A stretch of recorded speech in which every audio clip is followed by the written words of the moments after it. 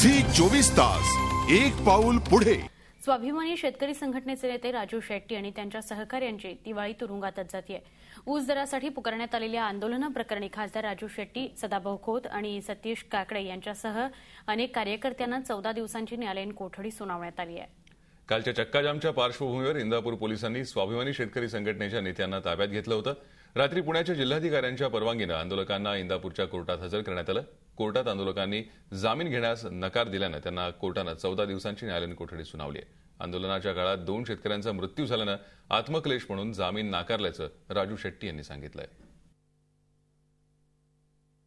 अतिशय शांततेनं सत्याग्रह आम्ही करत असताना पहाटे आम्हाला ताब्यात घेतलं गेलं आणि ते आंदोलन चिरडण्याच्या दृष्टिकोनातूनच जाणीवपूर्वक सगळ्या घटना घडवल्या गेल्या आणि गेल्या माझ्या 20 वर्षाच्या कारकिर्दीमध्ये घडल्या नाहीत अशा दुःखद घटना घडल्या। 2 माझे जीवाभावाचे सहकारी आज दिवंगत झालेले आहेत।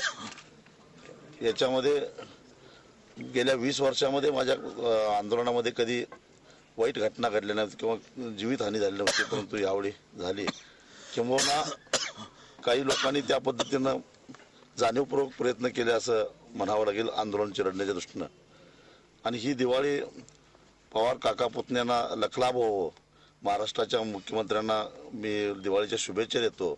पण माझे 2 निष्पाप जीव बळी गेले त्याची नैतिक जबाबदारी स्वीकारून आत्मक्लेश म्हणून आम्ही सगळ्यांनी जामीन नाकारलेला। खासदार साहेब, परंतु आपण जे आंदोलन पुकारलं याच्यामुळे खूप मोठा हिंसाचार झाला। राज्यातल्या जनतेला, शेतकऱ्यांना तुम्ही काय संदेश देताय? सत्यामध्ये फार मोठी ताकद आहे आणि लोकांनी सत्याच्या बाजूने राहावं आणि शांततेनं जे काय अशी आपली प्रतिक्रिया ती व्यक्त करावी। झी 24 तास एक पाऊल पुढे।